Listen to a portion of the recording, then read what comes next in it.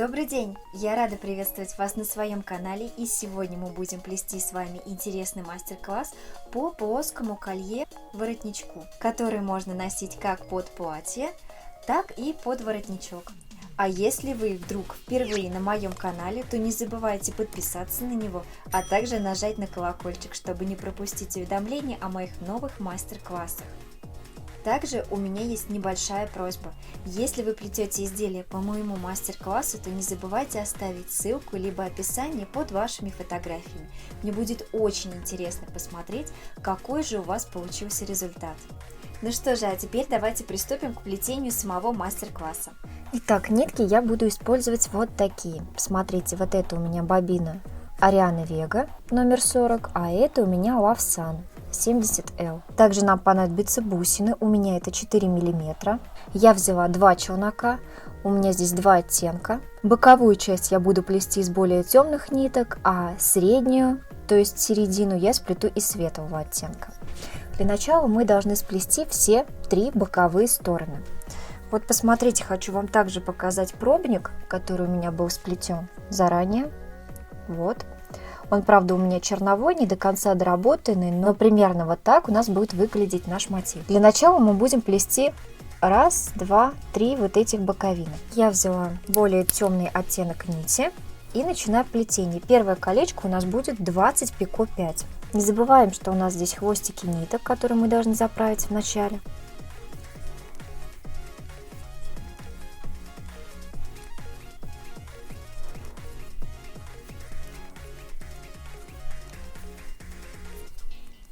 Колечко затягиваем после этого. И вот такое маленькое колечко у нас получилось. Следующее кольцо мы плетем 3 пико, 5 пико, 8. Вначале плетем 3 узелка.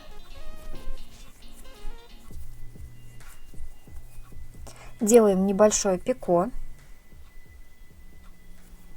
Далее плетем 5 узлов.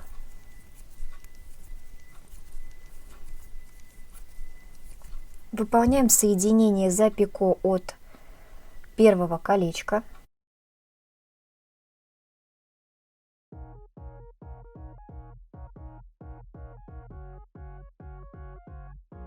И доплетаем еще 8 узелков. После этого колечко можно затянуть. Вот, посмотрите, что у нас получилось. Далее у нас идет большое кольцо. 5 пико, 20 пико, 5. Плетем вначале 5 узлов.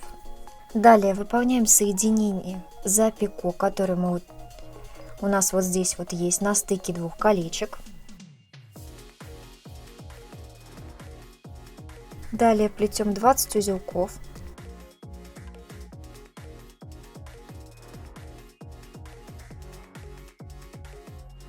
Делаем небольшое пико и доплетаем еще последних 5 узлов. После этого колечко мы можем затянуть. И вот у нас готовое колечко. Далее мы плетем точно такое же кольцо маленькое по схеме 8 пико, 5 пико, 3. Плетем в начале первых 8 узелков. Далее выполняем соединение за пико.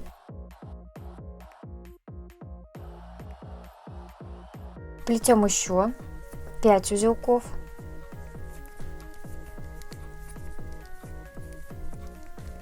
Делаем пико и доплетаем еще 3 узла. После этого колечко мы можем затянуть. Вот так вот у нас должна выглядеть работа. Следующее колечко у нас будет последним.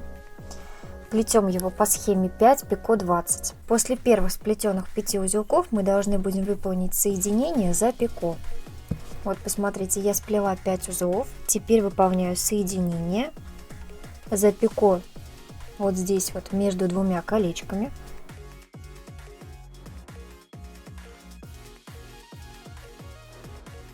И теперь доплетаем последние 20 узлов и затягиваем работу. Также мы можем сразу зафиксировать концы ниток. Пока мы можем отложить готовый мотив в сторону. Вот покажу еще поближе. Далее мы сплетем очень похожие мотивы, как и наш первый, но при этом у нас будет дополнительный пико. Делаем мы их для того, чтобы впоследствии плести бусины вот эти и соединить между собой наши треугольники. Начинаем работу точно так же. Заправляем хвосты ниток. Первых 2 колечка мы плетем по той же самой схеме, что и в первом мотиве. То есть первое кольцо у нас будет 20 пико 5. Вот первое колечко. Второе колечко у нас будет 3 пико 5 пико 8. Вот второе колечко. И теперь при плетении следующего колечка схема чуть изменяется. То есть мы вначале сплетем 5 узлов, далее делаем пико и выполняем соединение. После этого мы сплетем еще 14 узлов, сделаем пико, причем пико у нас будет большое. Далее плетем 6 узлов, пико и 5.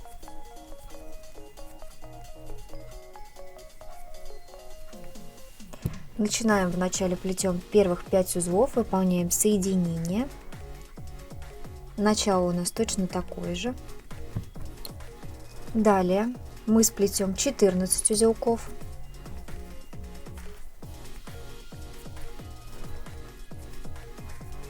Сплели 14 узлов, и теперь нам нужно взять одну бусину.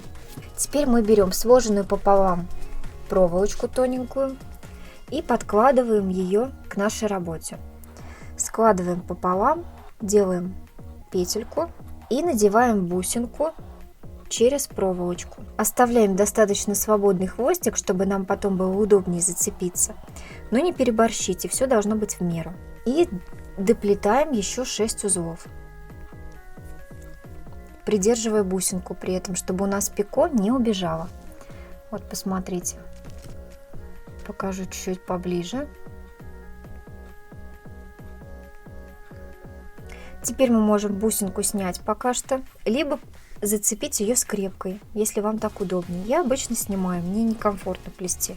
Когда у меня дополнительно скрепки еще мешаются в плетении, я ее обычно убираю. Далее делаем маленькое соединительное пико и доплетаем еще 5 узлов. Колечко можно затянуть. Далее мы доплетаем работу до конца. По предложенной мною схеме, она у вас будет сбоку дополнительно прописана. Ничего не меняется, она плетется точно так же, как и первый мотив. То есть доплетаем вторую часть. При плетении третьего мотива мы его плетем почти так же, как второй, но при этом у нас пико должно получиться с другой стороны.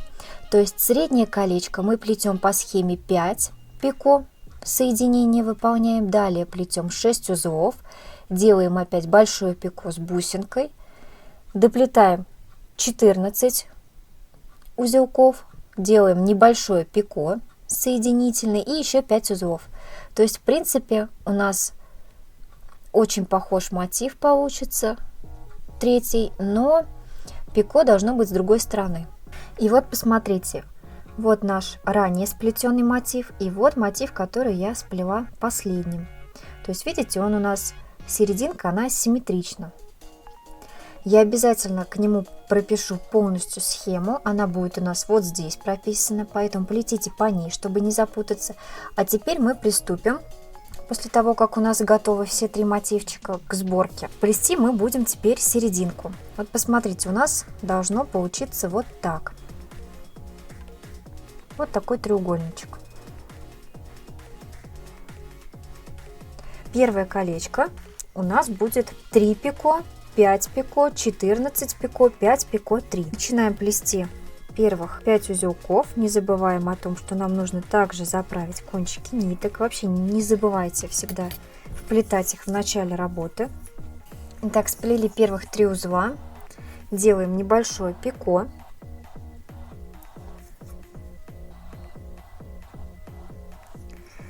Далее плетем 5 узлов. Сплели 5 узлов и начинаем подкладывать первый элемент. Мы должны будем зацепиться за пико, который у нас есть на маленьких колечках посерединке, вот здесь. Аккуратно подхватываем за пико колечко. Первое колечко, кстати, можно подвернуть, если вам неудобно.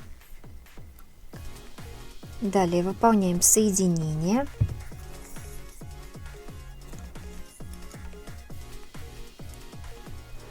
Плетем еще 14 узлов.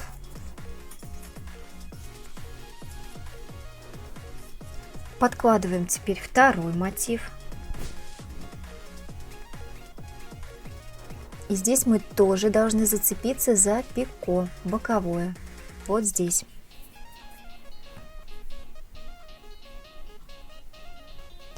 Выполняем соединение.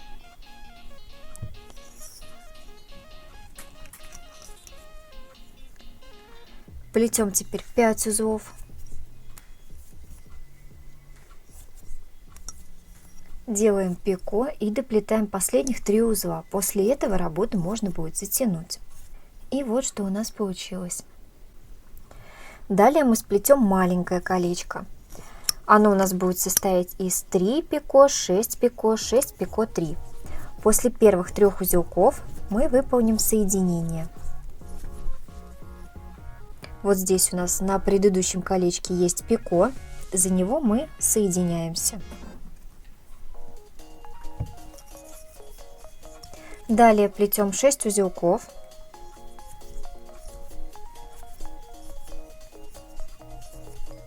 И соединяемся за основание вот этого большого центрального кольца.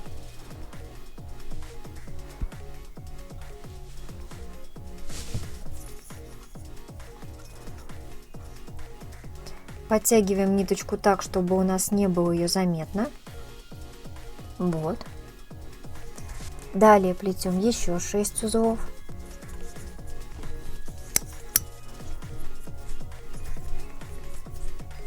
Делаем пико и доплетаем еще последних 3 узелка. После этого колечко мы затянем. Вот, посмотрите, что у нас получается. Далее мы сплетем точно такое же колечко, как и вот здесь. То есть плетем вначале 3 узла. Выполняем соединение за предыдущее колечко. Далее сплетем 5 узлов. Соединяемся за колечко центральное маленькое. Вот здесь у нас есть пико, поэтому аккуратно выполняем соединение. Боковое колечко при этом можно подвернуть вниз, чтобы вам было удобнее соединять.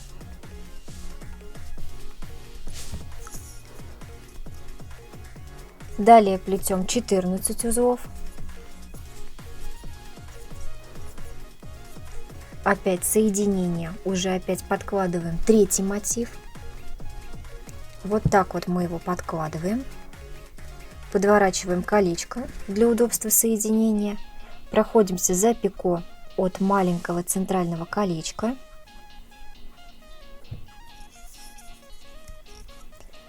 Плетем после этого еще 5 узлов.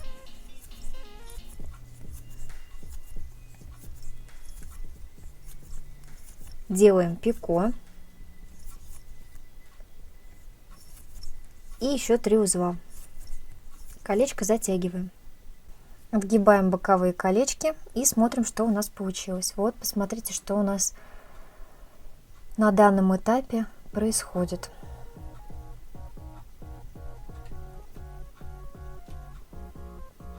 Уже начинает вырисовываться мотив, поэтому продолжаем плетение далее. Теперь мы сплетем малое колечко, которое у нас будет соединяться за центральную часть. Начинаем вначале опять плести 3. Выполняем соединение за предыдущее колечко.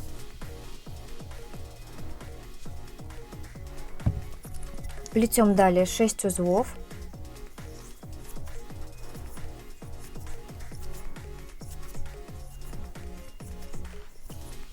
И соединяемся за центральное большое колечко. Вот здесь. Проходимся за основание. Аккуратно подтягиваем петельку, чтобы у нас не было видно, как идет соединение нитью за центр. Плетем еще 6 узлов. Плетем небольшое соединительное пико. И еще 3 узелка. После этого работу затягиваем. Нам осталось плести еще пару колечек посередине. Схема у нас не меняется. Мотив у нас посередине будет сплетен замкнутым, поэтому не забываем, что первое и последнее колечко мы должны будем соединить. Вот, посмотрите, у вас обязательно с одной стороны должны быть расположены пико. Вот они. Так, плетем теперь большое колечко. Также соединяем их за маленькие кольца посерединке, вот эти. И потом самое маленькое колечко, последнее, мы сплетем уже вместе. Ну что же, нам осталось сплести последнее центральное кольцо. Начинаем плетение. Складываем работу пополам, нам так будет удобнее соединяться за пико. Плетем первых 3 узелка.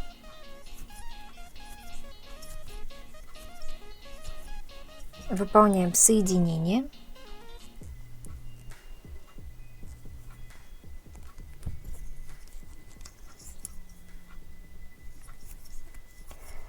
Плетем 6 узлов. Теперь разворачиваем работу, ищем основание колечка, за которым мы должны выполнить соединение.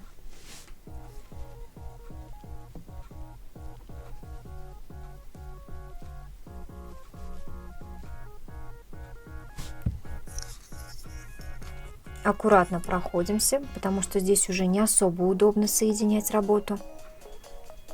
Подтягиваем, смотрим. Далее плетем еще 6 узелков. И соединяемся с последним колечком, которое у нас шло первым. Также работу просто складывайте. Здесь, конечно, не совсем понятно, я просто складываю работу.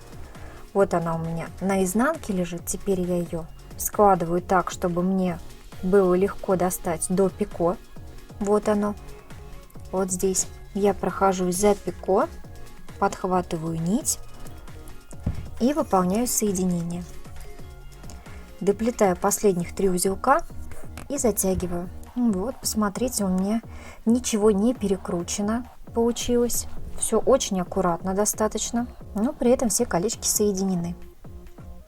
Теперь я хочу также сразу же кончиком нити вот этим и им же сразу же расшить серединку. Я решила, что посередине я буду также дополнительно вшивать бусин. Бусины я буду использовать те же самые, что и для расшивки боковой части. Поэтому вставляем иголку в нитку и сразу же расшиваем работу. Просто надеваем бусину сразу же и в противоположную сторону будем пришивать. Если у меня здесь это основание бокового маленького колечка, то я вошьюсь в основание большого кольца, просто посерединке. Аккуратно проходимся. Естественно, мы пройдемся в одну и в другую сторону сразу. Подтягивайте, чтобы у вас не было видно стежков. Как фиксирую нить, я вам уже показывала, поэтому не буду особо акцентировать на это внимание. Вот, посмотрите, у нас готовый мотив.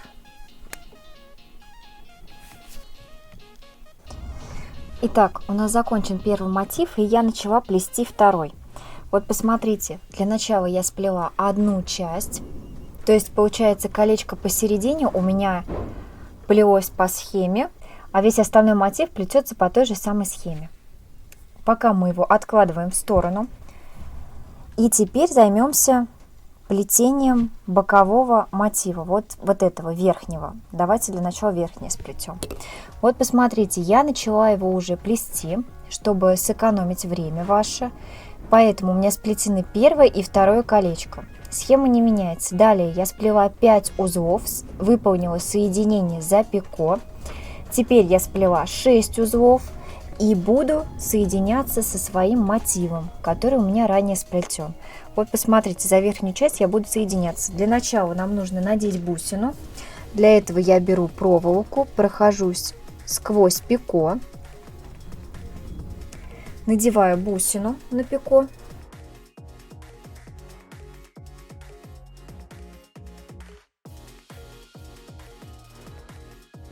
И не вынимая проволоки, буду проходиться за пико. То есть мне нужно пройтись вот здесь вот за хвостик, который у нас есть. Ну, по крайней мере, должен быть, потому что у меня немножко ниточка здесь убежала, и мне придется растянуть немного работу. Вот, посмотрите, я прошлась за пико вот здесь аккуратно. У меня достаточно тонкий крючок, поэтому мне это было не так сложно сделать. Теперь я вытаскиваю проволоку, беру свою ранее сплетенную работу, вот она у меня, подкладываю и выполняю соединение. После этого я доплетаю колечко до конца, а именно я плету 14 узлов. Далее делаю пико и доплетаю еще 5 узлов. Все, после этого мотив у нас плетется точно так же, как и предыдущий. Ничего не меняется. И вот у меня как мотив на данном этапе выглядит. Теперь я буду плести нижнюю часть. То есть посмотрите, я начала опять плести первое колечко, сплела второе. Далее плету 5 узлов, выполняю соединение за пико, плету 14 узлов и теперь аккуратно надеваю на пико, который у нас здесь есть, надеваю бусину.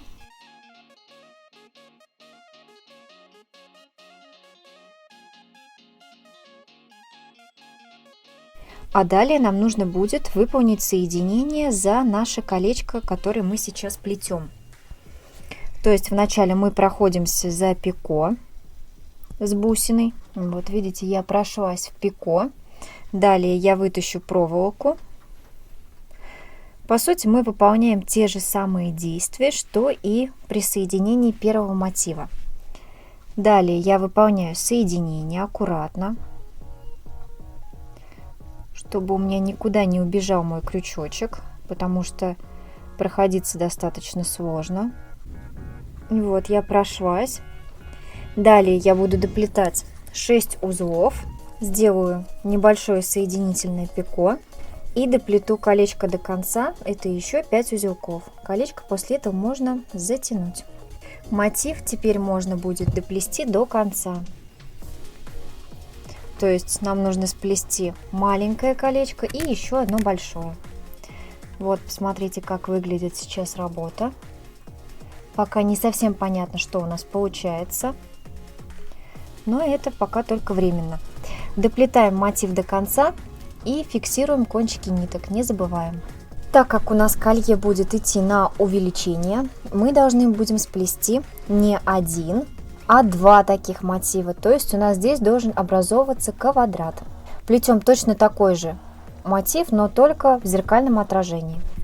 Ну что же, вот таким образом должна выглядеть заготовка для колье. Это у нас половина колье получается. Смотрите, мы вначале плели треугольник, теперь мы сплетем квадрат. Но хочу также отметить, что хоть и серединка у нас будет почти похожей, у нас здесь чуть изменится количество узелков, а именно вот в этой части, то есть в больших колечках. Вместо 14 узлов мы будем плести ровно половину, то есть 7. Сбоку я обязательно вам пропишу дополнительно схему для центрального мотива, поэтому смотрите и будьте внимательны, не сделайте ошибки. Иначе у вас просто не получится квадрат. Процесс плетения я показывать не буду, так как он в принципе полностью идентичен нашему первому мотиву. Мы просто здесь меняем количество узлов, а соединение у нас происходит точно так же, как и в первом мотиве. И теперь я к вам вернусь уже, когда у меня будет готов полностью квадрат. Ну что же, 1/2 нашего колье уже готова. Вот, посмотрите, что у меня получилось. Также не забываем, что в серединку мы также должны будем вшить бусину, так же, как и в первом варианте. Теперь нам нужно сплести полностью идентичный, точно такой же второй мотив. Итак, я закончила плести вторую сторону. Вот, посмотрите, что у меня сейчас получилось. Полностью идентичная. Вот первая и вторая сторона. Теперь нам нужно будет дополнительно соединить ее вот здесь вот одним маленьким мотивом. Плести я его буду из 2 цветов нитей, так как, на мой взгляд, мне почему-то кажется, что все-таки центр не может быть у меня просто серым, а его нужно также уравновесить и таким вот голубоватым оттенком, который у меня идет сбоку. Беру 2 челнока, связываю концы ниток и начнем плетение. Вначале мы серым оттенком. Мы будем плести большое колечко.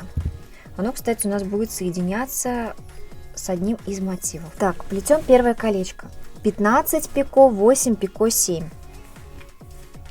Вначале сплетем первых 15 узелков. Не забываем, что мы должны вплести также кончики ниток. Мы подкладываем один мотив вот таким образом, лицевой стороной, хочу заметить. И будем проходиться за вот это вот основание колечка. То есть вот здесь, на стыке между первым и вторым колечком, а также третьим, у нас здесь есть пико. За него мы проходимся аккуратно и выполняем соединение. Далее мы плетем 8 узлов, делаем небольшое соединительное пико и плетем еще оставшихся 7 узлов. После этого колечко можно затянуть. Немного поправляем кольцо, и вот у нас что должно получиться. Далее мы меняем нити местами, и теперь уже голубого цвета нитью будем плести маленькое колечко. Оно у нас будет состоять из 10 узлов, пико 10. Прячем хвостики ниток. Можно не усложнять себе работу и сплести этот мотив, последний соединительный, из, например, одного цвета. Ничего страшного в этом нет. После первых сплетенных 10 узлов мы выполним соединение за пико. Вот здесь. Аккуратно выполняем соединение. И доплетаем еще вторую половину нашего колечка, состоящую из также 10 узлов. Аккуратно поправляем его, укладываем так, как нам нужно. Оно должно у нас лежать на предыдущем кольце. И вот что у вас должно получиться. Посмотрите. Вот такое кольцо. Далее нам нужно сплести колечко, которое будет плестись у нас из серого оттенка нити. И плести мы его будем, соединяя уже два наших мотива между собой. Для начала мы сплетем первых 7 узлов, далее 10 узлов, пико, 10 узлов, пико, еще 10 узлов, пико и 7 узлов. Плетем первых 7 узлов, далее мы выполним соединение за пико, вот здесь, за которое мы уже присоединяли предыдущее колечко, выполняем соединение. Плетем следующие 10 узлов. И хочу также вам показать небольшой прием, которым я пользуюсь, когда плету такие большие кольца. Мой прием состоит в том, чтобы немножко упростить плетение большого кольца. Для того, чтобы это сделать, я максимально растягиваю петлю, которая у меня есть на руке. Далее я уменьшаю петлю вот таким способом, то есть наматывая себе его на мизинец.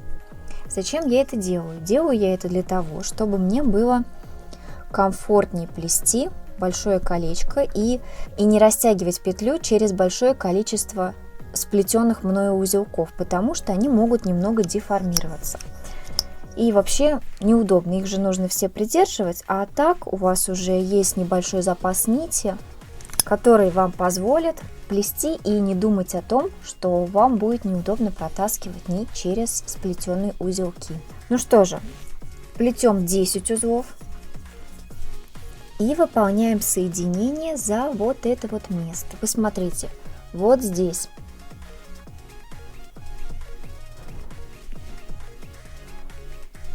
Аккуратненько продеваем и проходимся. Петля у меня стала меньше, поэтому я распустила ее. Она у меня опять увеличилась. И ничего мне протаскивать не нужно было. Далее мы плетем еще 10 узелков. Как видите, запас у меня немножко закончился нити, поэтому изначально я рекомендую вам делать вокруг мизинца оборотов, наверное, 5 или 6 даже дополнительной нити.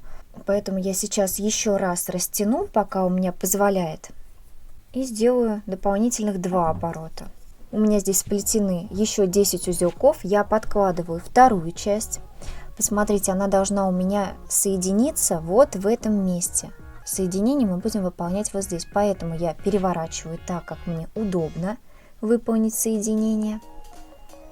Вот так. И опять все это происходит на лицевой стороне. Выполняю соединение.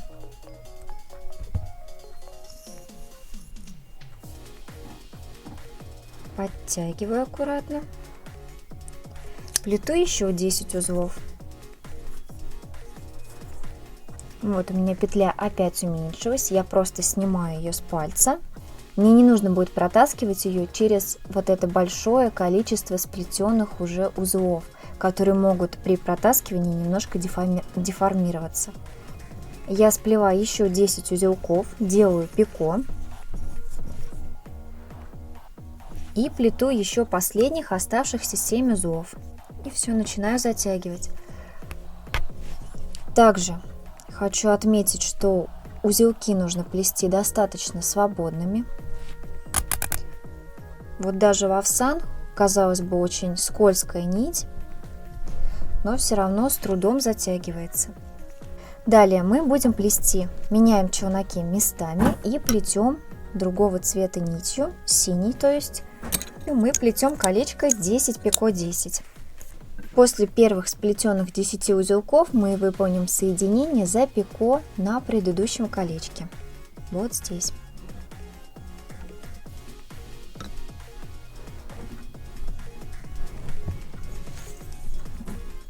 После выполненного соединения мы доплетаем еще 10 узлов.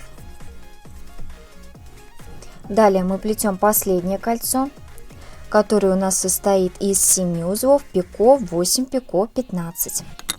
Нить от центральных маленьких колечек вот этих можно уже отрезать и вплести сразу в последнее колечко.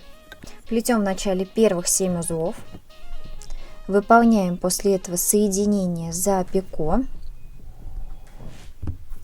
между колечками посерединке. Итак, выполняем соединение вот в этом месте, вот здесь.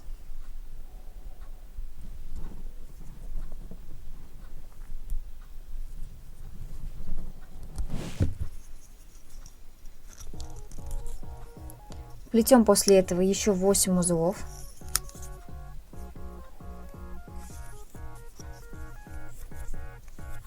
Выполняем соединение вот в этом месте, вот здесь, за второй элемент.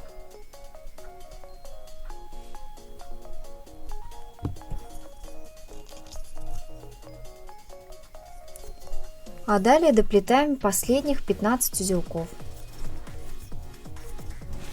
После того, как колечко у вас будет затянуто, ваша работа должна выглядеть вот таким образом. Смотрите.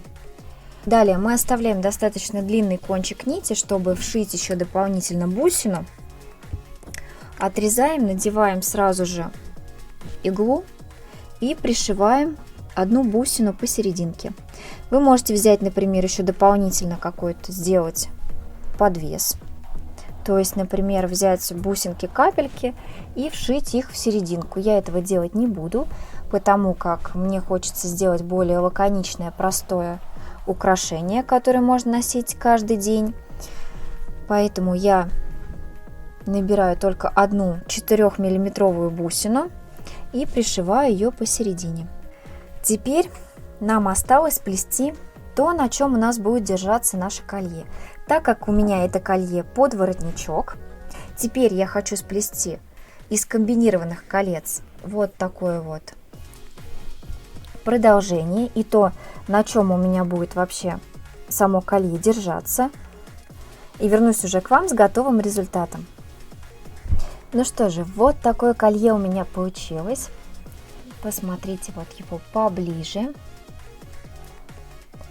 Колье получилось вроде бы и не совсем плоским, потому что у него есть все-таки небольшой объем, но и при этом оно осталось кружевным.